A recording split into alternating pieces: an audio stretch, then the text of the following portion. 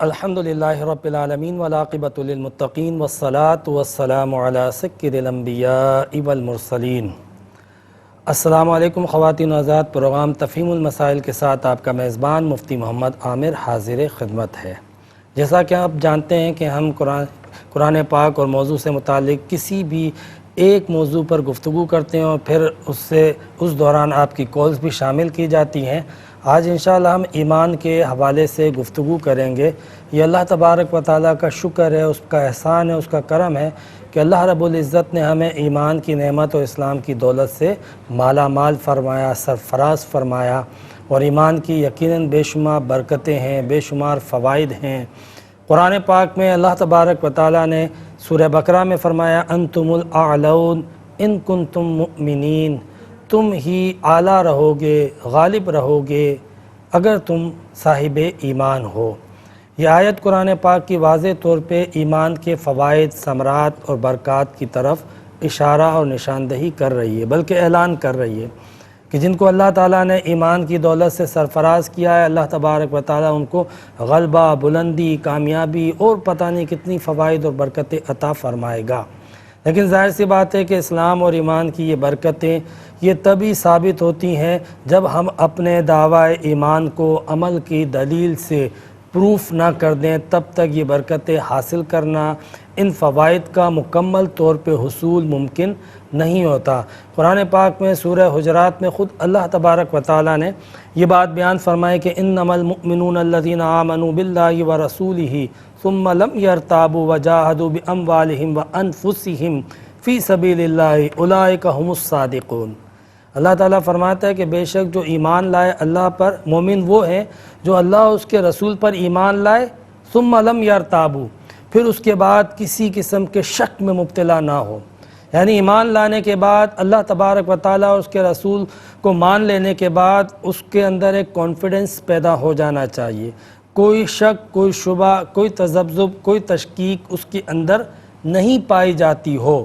ثم لم یرتابوا، فرمایا کہ وجاہدوا باموالہم وانفسہم، ایک تو شک نہ پایا جاتا اور دوسرا پھر ایمان لانے کے بعد وہ اپنے مال اور اپنی جان کے ساتھ کوشش کرتا رہے، یعنی اسلام کے حصول کے بعد اللہ تبارک و تعالیٰ کی رضا کو حاصل کرنے کے لیے، اللہ تبارک و تعالیٰ کی اطاعت کے لیے، اللہ تبارک و تعالیٰ کی فرما برداری کے لیے اپنی جان و مال سے کوشش کرتا رہے، فی سبیل اللہ، اللہ تبارک و تعالیٰ کے راستے میں کوشش کرتا رہے۔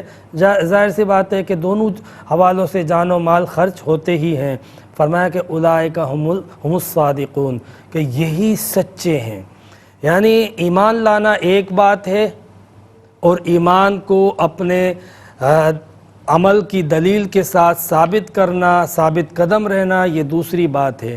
ایمان لے آنا خود یہ بہت بڑی سعادت ہے، لیکن پھر اس کے تقاضوں کو پورا کرنا، اس کے بعد جو برکتیں حاصل ہوتی ہیں ایمان کی، جو ثمرات نازل ہوتے ہیں ایمان کے، جو فوائد کا حصول ہوتا ہے ایمان کی وجہ سے، اس کا اندازہ لگانا مشکل ہے۔ لیکن ہم کہتے ہیں مسلمان ہیں، یقیناً ہم نے کلمہ پڑھا ہے، لیکن اس کے فوائد ہمیں مکمل طور پہ حاصل نہیں ہوتے، کیونکہ ایمان کے جو تقاضے ہیں، ایمان کے جو فوائد ہیں، ایمان کے جو بھی مطالبے ہیں، ہم ان مطالبوں کو، ان تقاضوں کو پورا نہیں کرتے، اپنے عمل سے اس بات کو ثابت نہیں کرتے ہیں جس کا ہم اپنے قول سے اظہار کر رہے ہوتے ہیں۔ لہٰذا اللہ تبارک و تعالیٰ پہ ایمان لانے کے بعد ہمارا عمل بھی یہ کہے کہ یہ بندہ مومن ہے، یہ ضروری ہوتا ہے، کیونکہ ایمان لانے کے بعد جو ہے وہ انسان کے اندر بے شمار تبدیلیاں آتی ہیں، بڑا تغیر پیدا ہوتا ہے، بہت سارے اس کے اندر اخلاقی، فکری، عملی تبدیلیاں پیدا ہو جاتی ہیں۔ آپ دیکھ لیں صحابہ اکرام کی زندگی ایمان لانے سے پہلے اور ایمان لانے کے بعد، اسی طریقے سے جتنے بھی امت میں اکابر اور ائمہ اور علماء ہیں، تو وہ چونکہ ایمان، صاحب ایمان تھے، تو ان کا کردار آپ دیکھ لیں تو وہ بتاتا ہے کہ یہ واقعی ان کا کردار کہتا ہے کہ یہ مسلمان ہیں۔ ایک کال لیتے ہیں، پھر اس پر بات کرتے ہیں انشاءاللہ۔ السلام علیکم۔ السلام علیکم جی، فرمائیے۔ حضرت پوچھنا تھا، 3 دفعہ طلاق دینے سے طلاق ہو جاتی ہے؟ 3 دفعہ طلاق دینے سے، جی میں عرض کرتا ہوں انشاءاللہ۔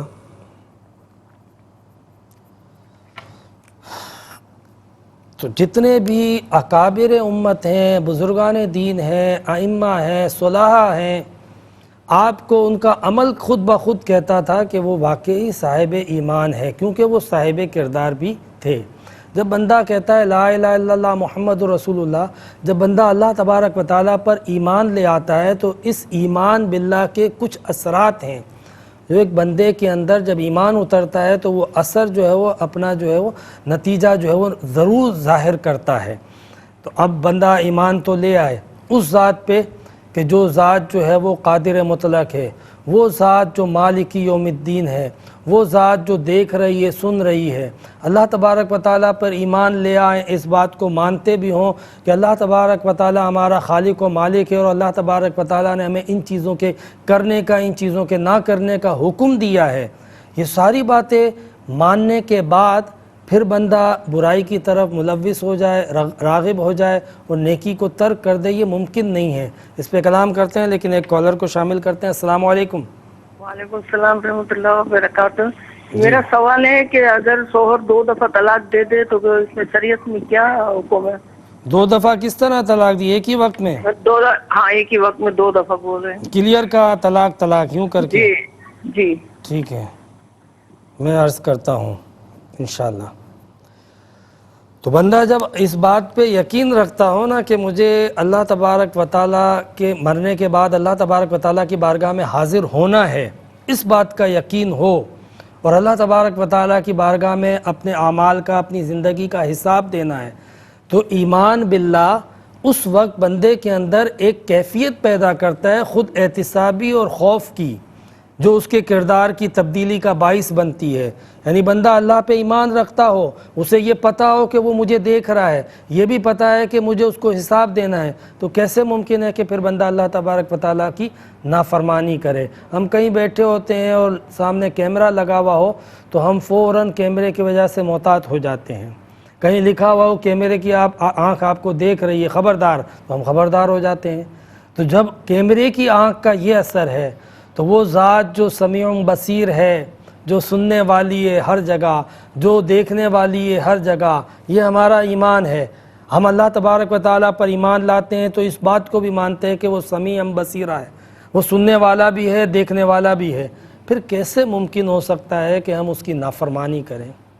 کیسے ممکن ہو سکتا ہے کہ ہم اس کی اطاعت سے اعراض کریں؟ کیسے ممکن ہو سکتا ہے کہ گناہوں میں، ظلم و ستم میں ہم ملوث ہو جائیں؟ تو جب بندہ ایمان لاتا ہے تو ایمان کا یہ اثر خود بخود ایمان باللہ کا اس کے اندر پہنچتا ہے کہ بندہ جو ہے وہ اپنے کردار کو اچھی طریقے سے درست کر لیتا ہے اور اس کو پرکھ لیتا ہے کہ کہیں میرے عمل کے اندر کوئی ایسی بات تو نہیں ہے کہ جو اللہ تبارک و تعالیٰ کی ناراضگی کا باعث بنتی ہو۔ اسی طریقے سے آپ دیکھیں کہ بندہ جب ایمان لاتا ہے اللہ تبارک و تعالیٰ پر تو بندے کے اندر ایک کانفیڈنس اور ایک اعتماد پیدا ہوتا ہے، یقین کی کیفیت پیدا ہوتی ہے۔ ظاہر سی بات ہے کہ کسی عام آدمی سے ہمارا تعلق ہو جائے، کسی لیڈر سے یا افسر سے یا کسی بڑے آدمی سے، تو ہم تھوڑا سا مضبوط ہو جاتے ہیں اور فیل کرتے ہیں کہ ہمارے پیچھے کوئی ہے۔ تو جب اللہ پہ ایمان لے آئیں اور اس سے تعلق ہو جائے جو احکم الحاکمین ہے، جو قادر مطلق ہے، جو کسی کا محتاج نہیں ہے، وہ کہتا ہے کن فیکن تو ہو جاتا ہے۔ وہ اگر کہہ دے آگ کو کہ وہ گلزار ہو جا تو وہ گلزار ہو جاتی ہے۔ وہ چھری کو جب کہتا ہے اسماعیل پر بے اثر ہو جا، بے اثر ہو جاتی ہے۔ تو جب ایسی ہستی سے ہمارا تعلق ہو اور اس پر ایمان لے آئیں تو بندہ مومن کے اندر یقین کا کیا مادہ پیدا ہوتا ہوگا۔ انشاءاللہ اس پر بات کریں گے، کالر کو شامل کرتے ہیں۔ السلام علیکم۔ وعلیکم السلام جی فرمائیے گا۔ مفتی صاحب، سوال میرا ہے کہ قومی بچت کی اسکیمیں ہیں نا، قومی بچت یہ گورنمنٹ کی بینک کی، جی اس میں ایک ہے ان کی مطلب بہبود سرٹیفکیٹ، جی، جس میں وہ اماؤنٹ جو 60 سال سے آدمی زیادہ ہیں یا بیوہ عورتیں ہیں اس کے لیے وہ منتھلی دیتے ہیں۔ اگر آپ 1 لاکھ جمع کرائیں گے تو اس میں 900 یا 1000 روپیہ منتھلی دیتے ہیں۔ آیا کہ یہ ہمارے لینا جائز ہے یا سود میں آتا ہے یا کس میں آتا ہے؟ یہ خاص بیواؤں کے لیے ہے؟ نہیں، بیواؤں کے لیے بھی ہے، جو بوڑھے آدمی ہیں 60 سال سے جن کی عمر زیادہ ہے، 60 سال سے بڑی عمر والوں کے لیے۔ ہاں جی،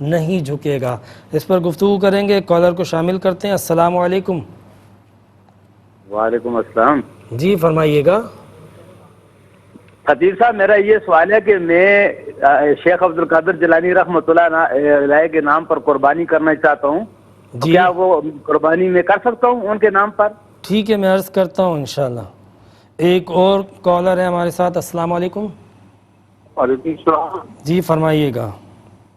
حضرت میں صبح کی اذان دے رہتا ہوں، اس کے تسبیح کی نماز پڑھ سکتا ہوں یا نہیں؟ اذان فجر کے بعد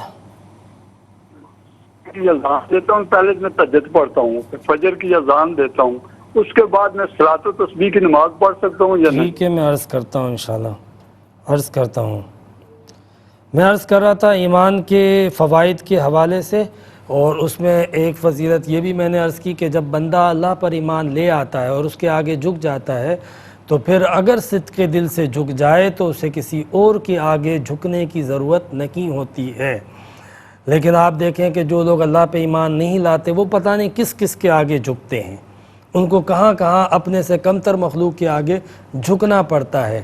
تو ایمان باللہ جو ہے وہ آپ کو یہ بتاتا ہے کہ اللہ تبارک و تعالیٰ کی ذات خالق و مالک ہے، اسی کے آگے جھکا جائے، اور باقی سب مخلوق ہیں، باقی سب بندے ہیں۔ تو ایک مساوات کا بھی احساس پیدا ہوتا ہے۔ آپ یہ دیکھ لیں، آپ کو نظر آئے گا کہ جو معاشرے، جو سوسائٹیاں جو اسلام اور ایمان کی بنیاد پہ ڈیولپڈ ہوتی ہیں، وہاں پر آپ کو ان مسلمان معاشروں کے اندر 5 وقت اذانیں سنائی دیتی ہیں، اور اذانوں میں یہ صدائیں بلند ہوتی ہیں، اللہ اکبر اللہ اکبر، اللہ سب سے بڑا ہے۔ تو گویا کہ وہ جو احساس برتری ہوتا ہے آپس میں، امیر غریب کا، چھوٹے بڑے کا، شاہ و گدھا کا، وہ فرق جو ہے وہ ختم ہو جاتا ہے، اور ایک مساوات کا احساس پیدا ہوتا ہے کہ بھئی اگر بڑا ہے تو وہ ہے، جھکنا ہے تو اس کے آگے جھکنا ہے، کوئی اگر اعلیٰ ترین اور سپیریئر ہے تو وہ اس کی ذات ہے، اسی کے در پہ جھکا جائے، کسی اور کے آگے نہ جھکا جائے۔ نہ جھکنے کا یہ مطلب بھی نہیں ہے باقی سے تکبر کیا جائے اور باقی کے ساتھ سختی سے پیش آیا جائے، بلکہ اخلاق و کردار تو پیش کرنا ہے، لیکن کسی کے آگے جھک جانا، کسی کی غلامی کر لینا، کسی کے آگے جو ہے وہ اپنی پیشانی کو پست کر دینا، یہ چیز اللہ تبارک و تعالیٰ کے علاوہ کسی اور کے آگے اسلام میں تو ویسے جائز بھی نہیں ہے کہ سجدہ فقط اللہ تعالیٰ کے لیے۔ تو ایک سجدہ حقیقی ہے، اور یہاں پر ایمان کا تقاضا یہ ہے کہ مانوی طور پہ بھی اگر جھکنا ہو تو اسی کے آگے جھکیں۔ یہ ہے اللہ کے حکم کے آگے اور اللہ تبارک و تعالیٰ کی دہلیز پر۔ انشاءاللہ اس پر بات کریں گے، ایک کالر کو شامل کرتے ہیں۔ السلام علیکم۔ وعلیکم السلام مفتی صاحب، میرا سوال یہ ہے، میں امریکہ سے سوال کر رہا ہوں۔ جی، یہاں پر پینشن کا پیسہ اس پر ٹیکس نہیں نکالتے ہیں، وہ ٹیکس ہم جب وڈرا کرتے ہیں اس پر ٹیکس، اس کے بعد ٹیکس دینا پڑتا ہے۔ جی، اب ہم تھوڑا تھوڑا نکالتے ہیں، اگر ایک ساتھ نکالے تو اس پہ 30-35% ٹیکس لگ جاتا ہے، تو ہم تھوڑا تھوڑا نکالتے ہیں اور اس پہ ٹیکس 10-15% دیتے ہیں۔ کیا ہم کو ہر سال پوری رقم پر زکوٰۃ دینا پڑے گا، یا ٹیکس کاٹ کے جو بچا ہوا پیسہ ہے اس پر ہم کو زکوٰۃ دینا پڑے گا؟ ٹھیک ہے، میں سمجھ گیا آپ کا سوال، میں انشاءاللہ عرض کرتا ہوں۔ ٹھیک ہے، میں انشاءاللہ۔ ایک مزید کالر ہمارے ساتھ ہیں۔ السلام علیکم۔ دل کرتا ہے کہ بھائی زمین میں بیٹھ کے پڑھوں نا، میں صحیح ہوئی تو بھائی پڑھتی ہوں، لیکن پہلے تو گھٹنے جاتے ہیں نا، تو بعد میں ہٹ جاتے ہیں، تو میں پہلے ہینڈ رکھ کے تو بعد گھٹنے جائے تو سجدہ ہو جائے گا؟ میں آپ کا سوال شروع سے نہیں سن پایا ہوں، پھر سے اگر آپ فرمائیں تو۔ یہ بول رہی ہیں بھائی میں کرسی پہ دوں گا۔ ہاں جی، ہیلو جی فرمائیے۔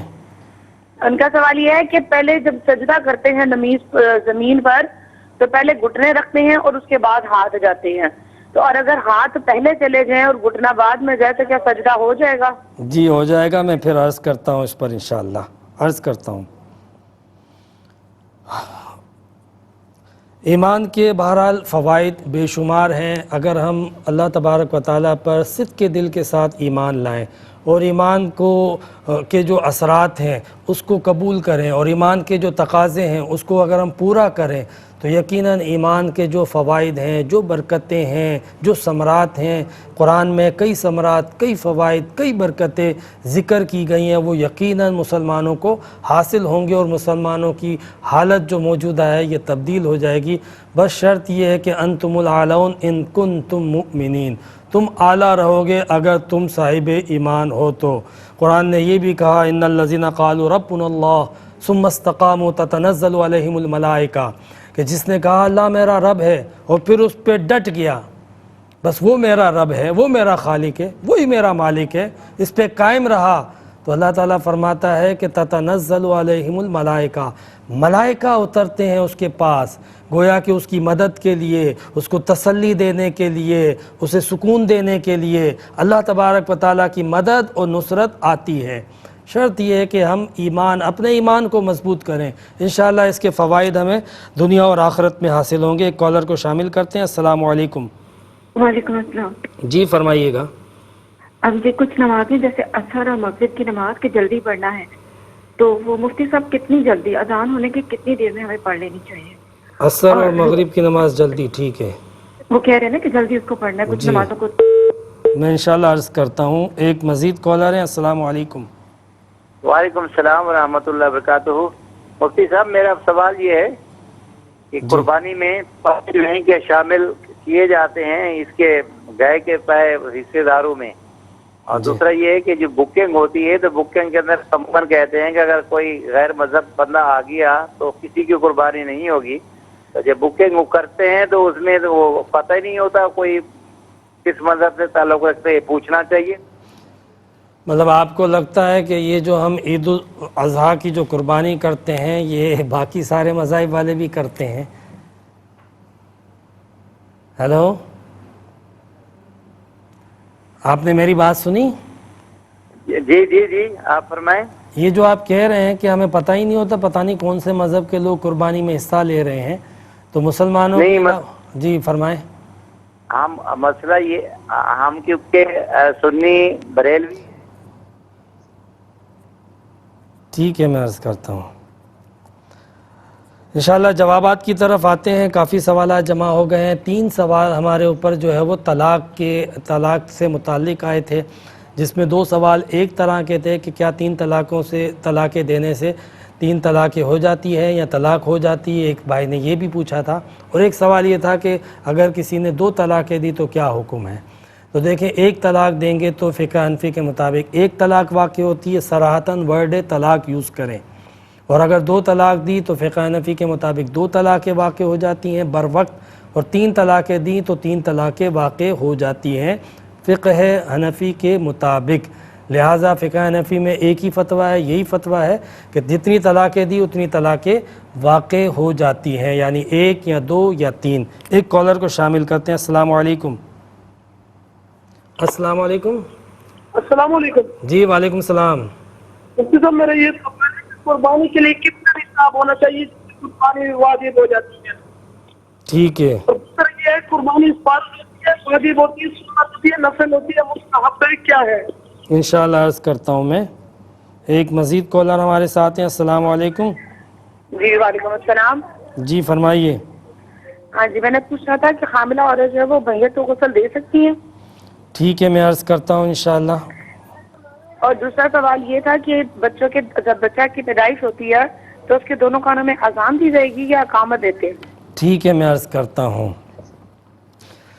باقی سوالات کے انشاءاللہ ہم جواب دیں گے، لیکن اس سے پہلے لیتے ہیں ایک مختصر سا بریک۔ السلام علیکم، خوش آمدید خواتین و حضرات، ہمارے ساتھ ایک کالر ہیں۔ السلام علیکم۔ سلام جی فرمائیے۔ صاحب مجھے یہ معلوم کرنا تھا کہ جیسے ایک ماں جیسے اپنی دونوں شادی شدہ بیٹیوں کے نام کی قربانی کر سکتی ہیں گی؟ ٹھیک ہے، میں عرض کرتا ہوں انشاءاللہ۔ یہ ہم سے سوال پوچھا تھا بھائی نے کہ یہ قومی بچت یا اس طرح کی اسکیم جو حکومت کی طرف سے آتی ہے، 60 سال سے بڑی عمر کے جو لوگ ہوتے ہیں یا بیوہ جو خواتین ہوتی ہیں، کہ وہ ایک مخصوص اماؤنٹ جمع کرا دیں جس پر جو ہے وہ ان کو پروفٹ دیا جائے گا۔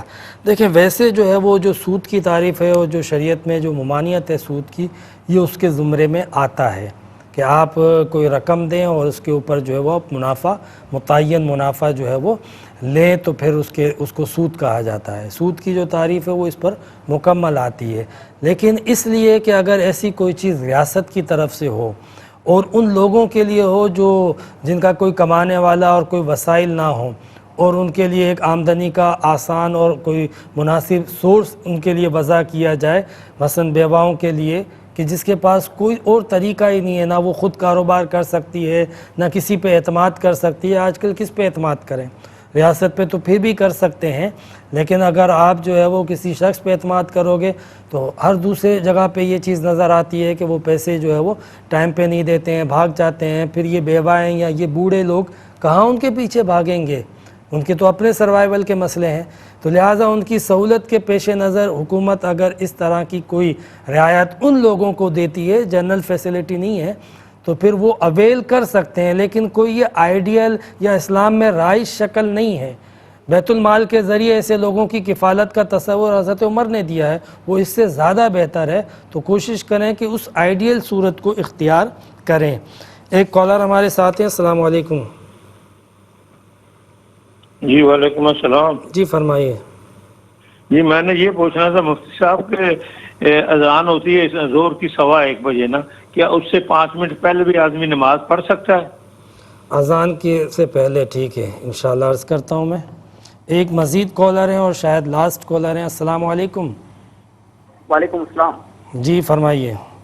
حضرت سوال میرا یہ ہے کہ عبادت کوئی بھی ہے، اگر اس میں ریاکاری آ جائے، دکھاوا آ جائے تو وہ قابل قبول نہیں ہوتی۔ جی تو کہا جاتا ہے کہ درود پاک ایک ایسی عبادت ہے اس میں چاہے ریاکاری آ جائے یہ ادا ہوتے ہی قبول ہوتی ہے، تو اس پر مدلل جواب چاہیے آپ سے۔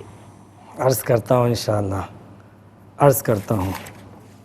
یہ ہم سے سوال پوچھا ہے کہ ڈبل فلائٹ کر کے عمرہ کے لیے گئے ہیں، عمرے کے لیے گئے ہیں، تو کیا ان کو فوری طور پہ عمرہ کرنا لازم ہے یا تھوڑا آرام اور ریسٹ کر سکتے ہیں؟